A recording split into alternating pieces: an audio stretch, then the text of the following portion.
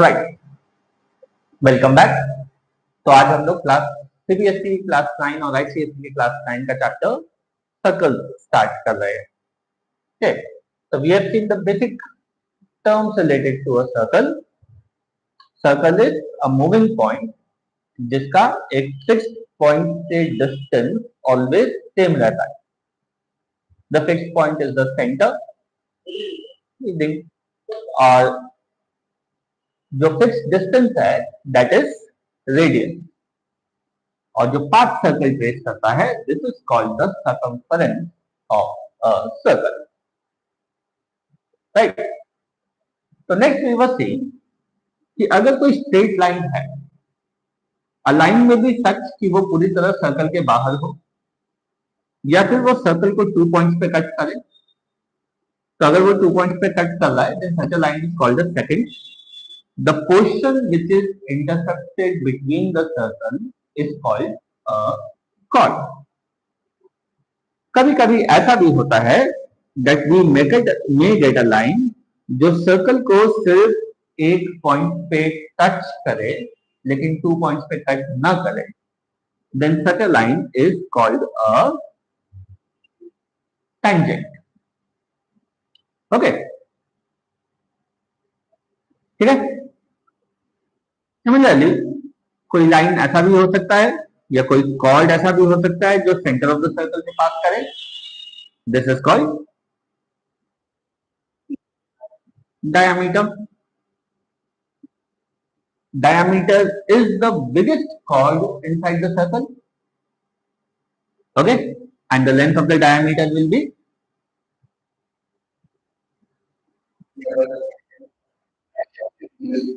twice of radius 2r. Okay, so this is equal to 2r.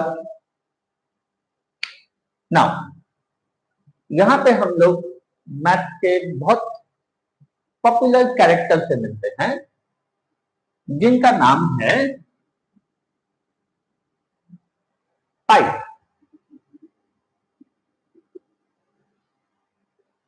Okay, पाई क्या होता है?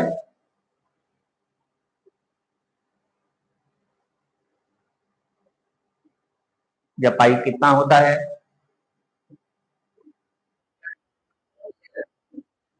22/7, 3.14? नहीं, 3.14 या 22/7 दोनों ही पाई का एग्जैक्ट वैल्यू नहीं है, एक अप्रोक्सीमेशन है जो हम लोग अपना कैलकुलेशन को इजी करने के लिए यूज करते हैं। ओके, लेकिन पाई क्या होता है, रादर पाई कितना होता है, उससे पहले ये देखते हैं कि पाई क्या होता है। अगर हम लोग अलग अलग शेप का सर्कल बनाएं, ठीक है, और हर सर्कल का सर्कम्फरेंस मेजर करें एंड डायमीटर मेजर करें। किसी सर्कल का सर्कम्फरेंस मेजर कैसे कर सकते हैं? वो तो कर्व्ड है, कोई भी कर्व्ड पार्ट को मेजर कैसे करते हैं?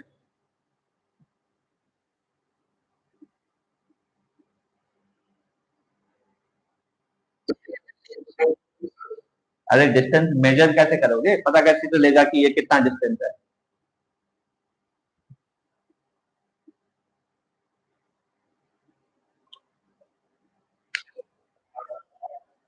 हाँ,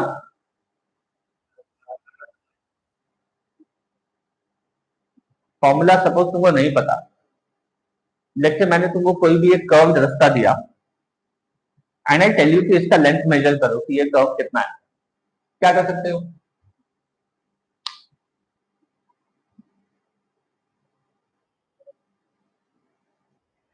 एग्जैक्टली करेक्ट, थ्रेड से हम लोग इस कर्व, इस पाथ के बराबर थ्रेड लगा के फिर उस थ्रेड का लेंथ मेजर कर सकते हैं। तो इसी तरह से यहाँ से थ्रेड से अगर हम लोग सर्कल को सर्कम्फरेंस पे रखें और फिर उस थ्रेड का लेंथ मेजर करें तो हम लोग को सर्कम्फरेंस मिलेगा।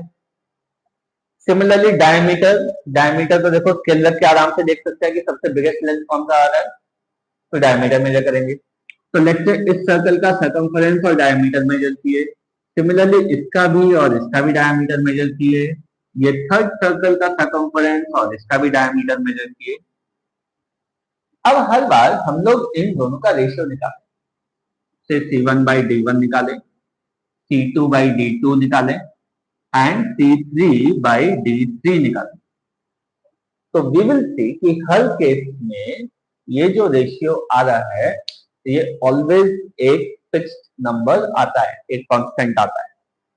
ओके, हर केस में वैल्यू सेम आएगा और वही वैल्यू है पाई। ओके, ठीक है। तो पाई का खोज वैसे तो हर सिविलाइजेशन में हुआ हुआ है, ये कोई ग्रीक का ही इन्वेंट किया हुआ कोई आविष्कार नहीं है। जस्ट अबाउट एवरी सिविलाइजेशन में पाई का यूज होता था और हमारे इंडियन सिविलाइजेशन में पाई का अर्लीस्ट वैल्यू जो बताया गया था that was by Aryabhatta.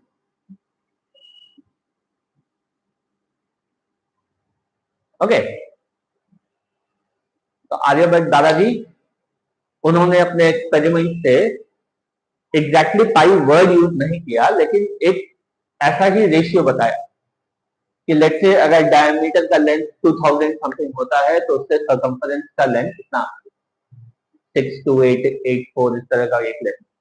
Okay, तो वो एक्चुअली वो जो रेशियो आता है वो देखो पाई का वैल्यू ही आता है। And the actual value of pi ये एक इरैशनल नंबर है which you can see on the calculator 3.141 something वो चलता जाता है। ओके, तो 22/7 और 3.14 दोनों ही पाई के अप्रोक्सीमेट वैल्यूज हैं, ठीक, जो सिर्फ हम लोग कैलकुलेशन को इजी करने के लिए यूज करते हैं। ठीक है,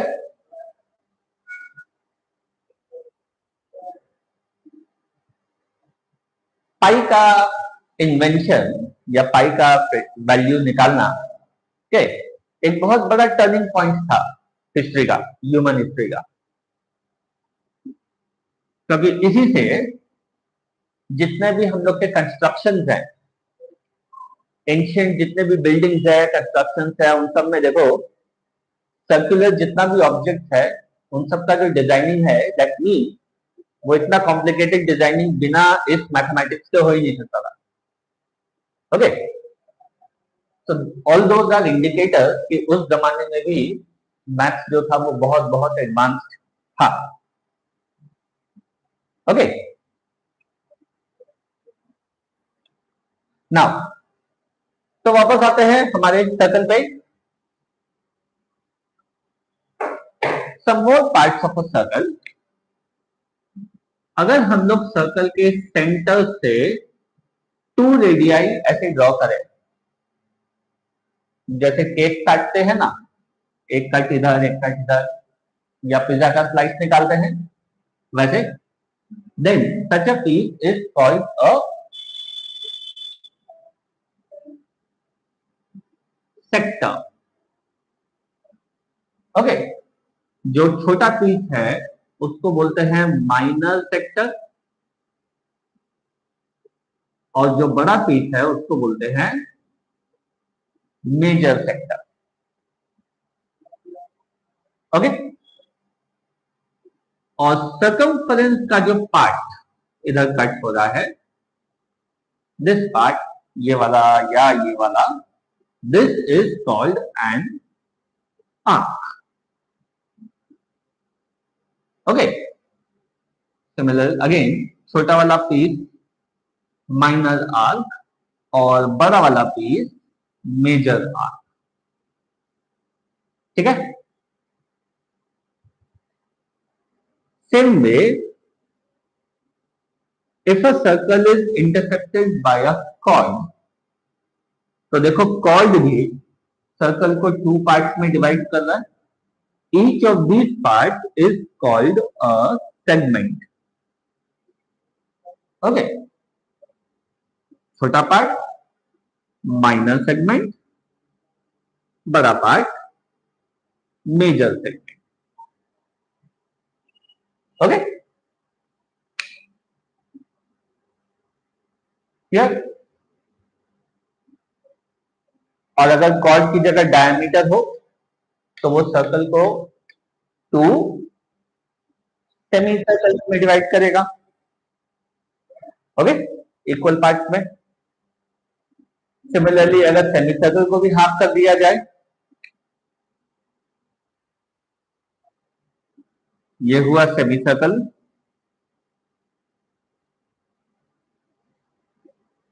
और अगर यहां से भी 90 डिग्रीज बना दिया जाए, then this is a quadrant of a circle, okay. Now as I said, इन सब वर्ड्स का मतलब पता होना चाहिए। You don't need to learn the definition,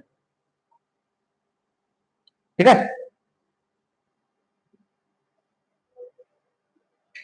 now ये एक कॉर्ड है, ये सेंटर ऑफ द सर्कल है। तो अगर सेंटर ऑफ द सर्कल को हम लोग कॉर्ड के एंड पॉइंट से ज्वाइन कर दें तो हम लोग को कैसा ट्राइंगल मिलेगा?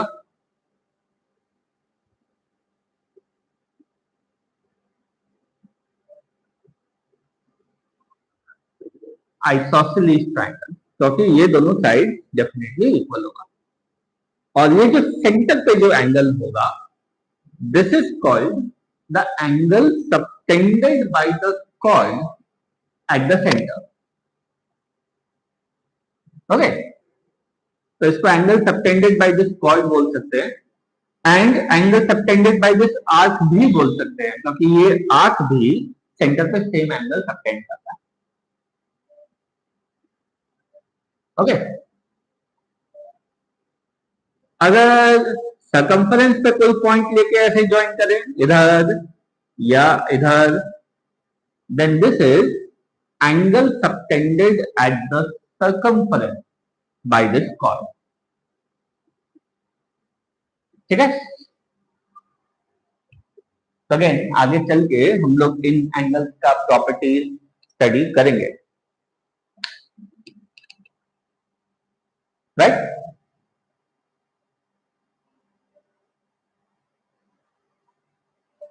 What are concentric circles?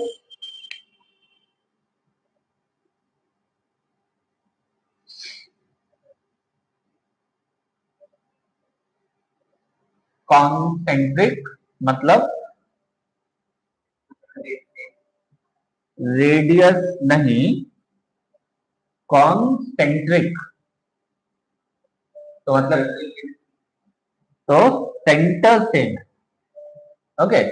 ऐसे सर्कल जिनका सेंटर सेम हो, such circles are called concentric circles,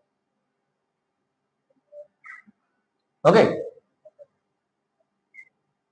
ठीक है। तो अगर एक सर्कल ऐसा है, दूसरा सर्कल इधर है, तो ये कॉन्सेंट्रिक नहीं हुआ, even though this circle is inside the first one, लेकिन दोनों का सेंटर अलग अलग है, तो कॉन्सेंट्रिक नहीं हुआ। दिस सिचुएशन में कॉन्सेंट्रिक सर्कल है, राइट, क्लियर।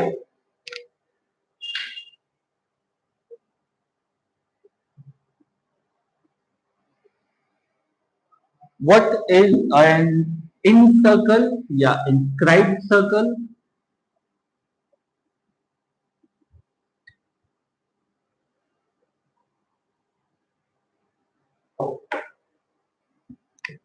लेट्स से एक ट्राइंगल है, कोई भी शेप हो सकता है, कोई भी पॉलीगॉन हो सकता है, नॉट नेसेसरीली अ ट्राइंगल। अगर हम लोग ऐसा सर्कल बना सके जो तीनों साइड्स को टच करे, सिर्फ टच करे, 2 पॉइंट पे टच ना करे, okay, it should touch all the side of the polygon, then such a circle is called an inscribed circle या in circle,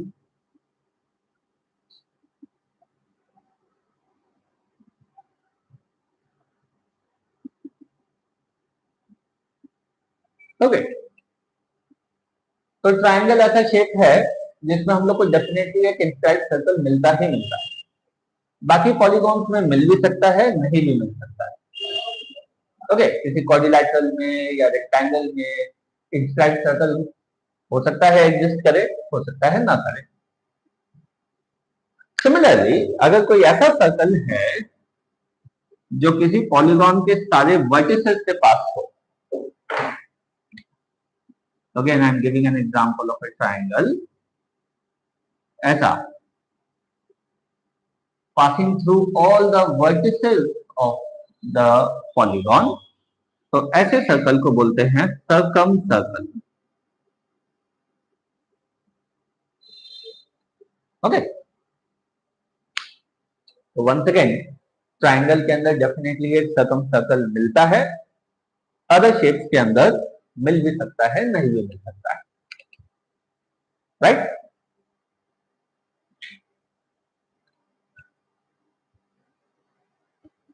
यहां तक कोई क्वेरी, कोई डाउट, ऐसा कोई टर्म जो नहीं समझ में आया हो?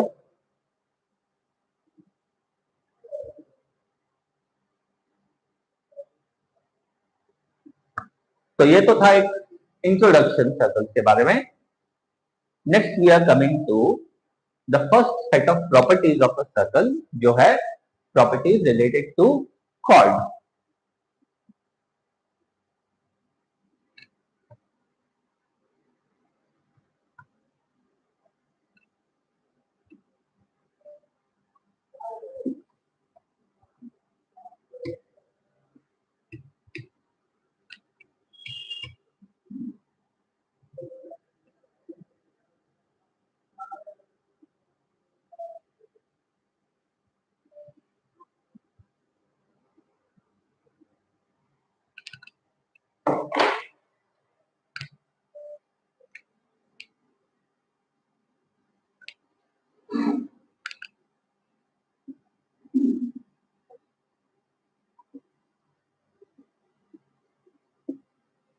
राइट, तो अभी अभी क्या बताया था?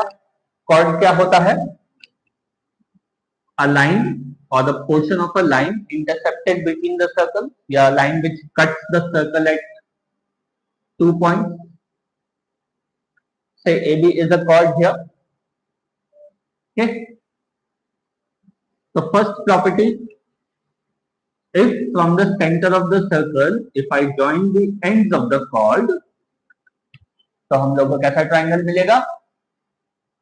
अभी अभी बताया था, तुम लोगों ने बताया था, आइसोसेलेस ट्रायंगल, राइट? Here, तो this triangle may be right angle, may be equilateral, हो भी सकता है नहीं भी, लेकिन आइसोसेलेस ट्रायंगल तो डेफिनेटली होगा ही होगा। ओके, तो जो फर्स्ट सेट ऑफ प्रॉपर्टीज आ रहा है वो इसी आइसोसेलेस ट्रायंगल का जितना भी प्रॉपर्टीज है वो सारा का सारा वापस यहाँ पर आ रहा है। जैसे आइसोसेलेस ट्रायंगल में हम लोग क्या क्या प्रॉपर्टीज पढ़े थे? टू साइड्स इक्वल होता है, तो उनके ऑपोजिट वाला एंगल भी इक्वल होगा। Okay, if we drop a perpendicular from this vertex, तो वो बेस को क्या करता है? बाइसेक्ट करता है, करेक्ट? तो सेम में here the perpendicular from the centre bisects the chord। तो अगर ये परपेंडिकुलर का फुट m है तो am will be equal to bm। Okay, and vice versa also, कि अगर हम लोग mid point of the chord से सेंटर को ज्वाइन करें, then such a line will be perpendicular to the chord। Okay, तो सेंटर से परपेंडिकुलर ड्रॉप करें तो बाइसेक्ट करेगा, अगर मिड पॉइंट से सेंटर को ज्वाइन करें तो वो परपेंडिकुलर होगा। ठीक है, क्लियर? नाउ जिस तरह से AB एक chord है, उसी तरह से let's say CD is another chord and AB is equal to CD। Okay, then we will see कि both these chords subtend equal angles at the center। ये जो ट्राइंगल्स बन रहे हैं A O B and C O D, we will be able to prove them congruent. Okay, देखो A B equal to C D तो दिया हुआ है given, AO, HCO, DO and DO are all equal because they are radius of the circle. So these two triangles will be congruent. ऐसा है? Yes. तो अगर congruent है, then by typicity these two angles will also be equal. Okay. So if we have two equal chords, they will subtend equal angles at the center. Okay.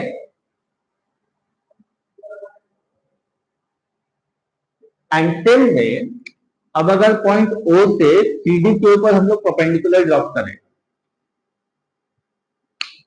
तो जिस तरह से हम लोग ये पूरा AOB और COD को कॉन्ग्रुएंट प्रूव किए, उसी तरह से हम लोग इन दोनों ट्रायंगल्स को भी कॉन्ग्रुएंट प्रूव कर सकते हैं, AOM या OAM एंड OCN. देखो radius radius 90 degree 90 degree, CN is half of CD, AM is half of AB, तो AM and CN भी इक्वल होगा, राइट? तो we will see कि OM and ON will also be equal. Okay?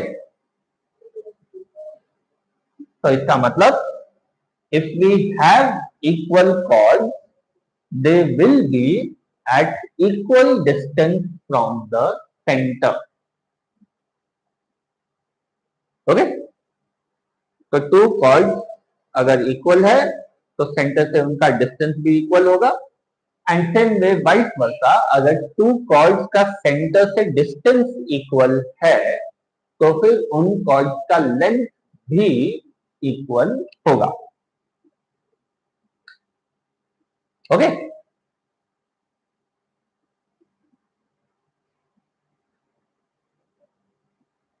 ठीक है, clear?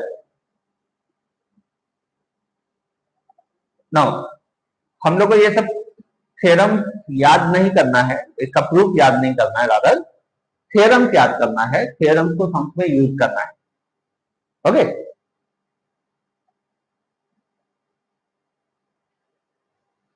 बोलो, यहां तक कोई डाउट?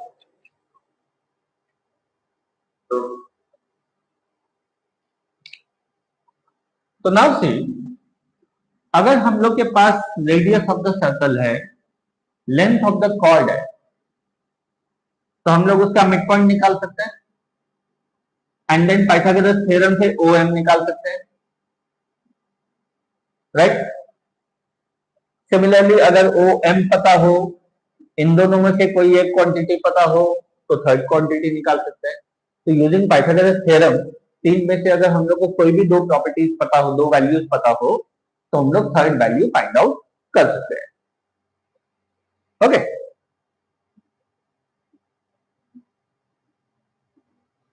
ठीक है, clear?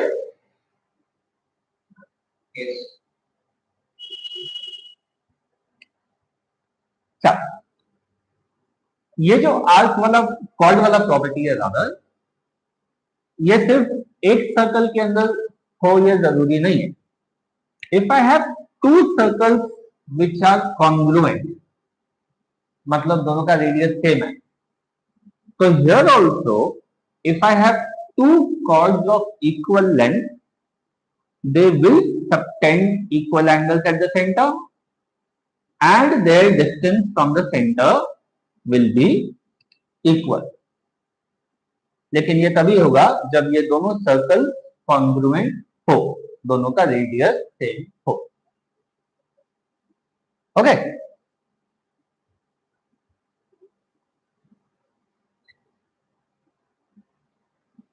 Right? Now arc length का फॉर्मूला याद है या चलो नहीं पता होगा, बता रहे. फुल सर्कम्फरेंस का फॉर्मूला क्या है? 2 पाई आर। तो एक तरह से ये जो आर्क है, it is a part of the circumference. कितना पार्ट? कितना पार्ट फाइंड करने के लिए हम लोग ये एंगल, अगर हम लोग को पता है, let's say this angle is theta, और फुल सर्कल में कितना डिग्रीज होता है?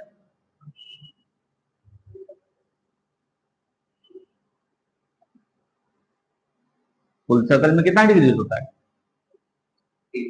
360 डिग्री। तो दिस इज लाइक कि इस 360 पार्ट में ये थीटा पार्ट, राइट? तो length of the arc is a fraction of the length of the circumference. कितना फ्रैक्शन? Theta by 360। तो theta by 360 into 2 pi r. ओके, ठीक है। तो if I have two congruent circles, or within one circle if I have two chords which are of equal length, तो अगर length equal है तो सेंटर का एंगल भी इक्वल होगा, और अगर सेंटर का एंगल इक्वल है, रेडियस इक्वल है, ब्लैक ब्लू कोई सब ले जाओ, ठीक। वहां ऊपर में भी तो रखा हुआ है। ओके, तो अगर ये एंगल इक्वल है, रेडियस इक्वल है, तो दिस मीन्स कि दोनों आर्क लेंथ भी इक्वल होगा। ओके, विच मीन्स कि अगर इक्वल कॉर्ड है तो आर्क इक्वल होगा, एंड अगर इक्वल आर्क है तो कॉर्ड भी इक्वल होगा, and they will also subtend equal angle eight the centre. Okay,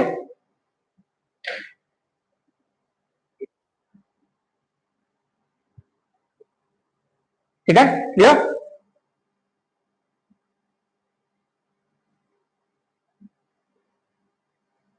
Naman,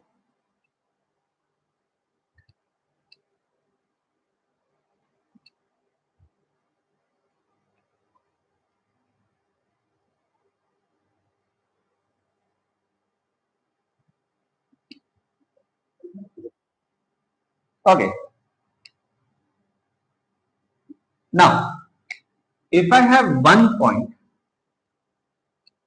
how many circles can I get passing through one point?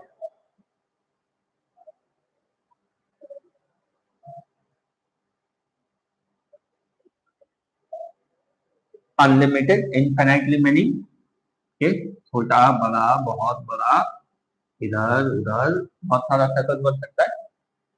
If I have 2 points, then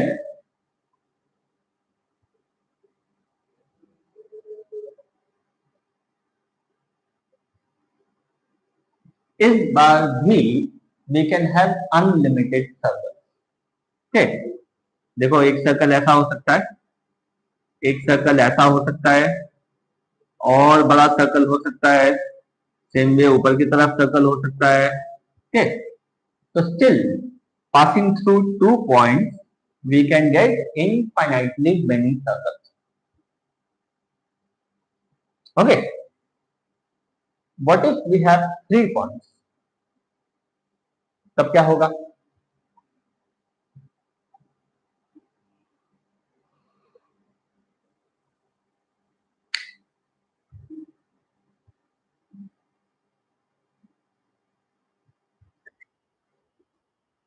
अगर 3 point है तो there are 2 possibility. Firstly, अगर तीनों point same straight line में हुआ, if the points are collinear, तब तो हम लोग को एक भी सर्कल नहीं मिलेगा। ओके, लेकिन अगर 3 नॉन कोलिनियर पॉइंट्स हुआ, then we will definitely get one circle and exactly one circle। सिर्फ एक सर्कल ऐसा होगा जो इन तीनों से पास करे। ओके, और वो सर्कल हम लोग को कैसे मिलेगा कि अगर let's say 3 non collinear points है, हम लोग इनको ज्वाइन कर सकते हैं, तो ये एक ट्राइंगल बना। अच्छा, ये जो साइड है, न सिर्फ ये ट्राइंगल का साइड है बल्कि सर्कल का कॉर्ड भी है, राइट। तो अगर हम लोग इस कॉर्ड का परपेंडिकुलर बाइसेक्टर बनाएं तो क्या देखे थे कि सेंटर से जो परपेंडिकुलर है वो, सॉरी, कॉर्ड का जो मिड पॉइंट पे परपेंडिकुलर है, it passes through the centre of the circle. तो ये जो लाइन है सेंटर ऑफ द सर्कल से पास करना चाहिए। सिमिलरली बीसी का भी अगर हम लोग मिड पॉइंट से परपेंडिकुलर बनाए तो वो भी सेंटर ऑफ द सर्कल से पास करना चाहिए। दिस मीन्स कि ये जो दोनों परपेंडिकुलर बाइसेक्टर्स का मीटिंग पॉइंट है, this is the centre of the circle. Okay, in fact third side का भी अगर परपेंडिकुलर बाइसेक्टर बनाएंगे तो वो भी सेम पॉइंट से पास करेगा। Okay, and now from this centre हम लोग कोई भी वर्टेक्स तक का रेडियस ले सकते हैं, and if you draw the circle तो वो तीनों पॉइंट से पास करेगा।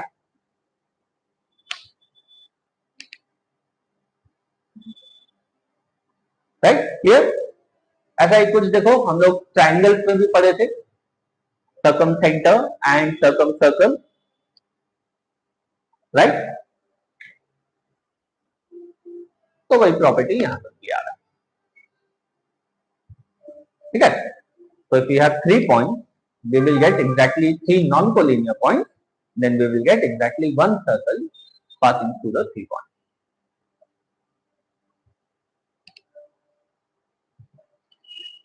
Okay.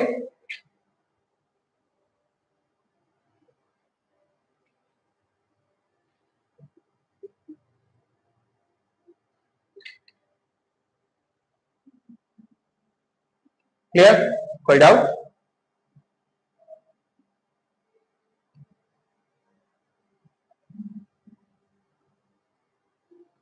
एक और property, let's come back here.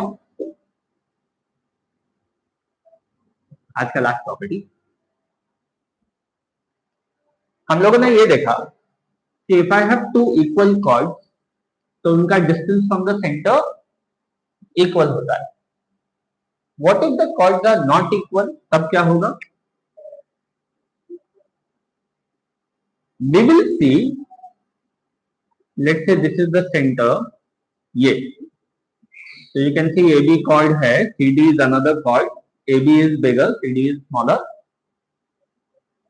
So if we draw the perpendiculars from the center, the chord which is bigger in length will be closer to the center. Okay,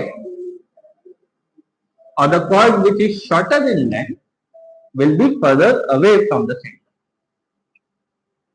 So bigger chords are closer to the center and smaller chords are further away from the center. Okay, once again Pythagoras theorem से इसको हम लोग prove करके दिखा सकते हैं, लेकिन इसका प्रूफ इतना इंपॉर्टेंट नहीं है। Okay, just need to remember this property. Okay, clear?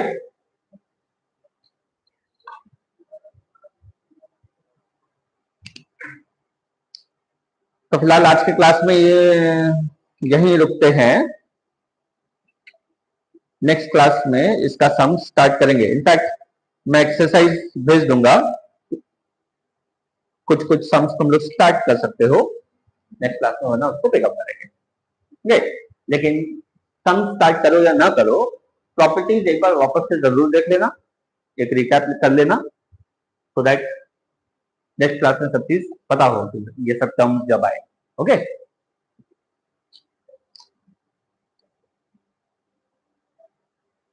YouTube वालों बाय बाय।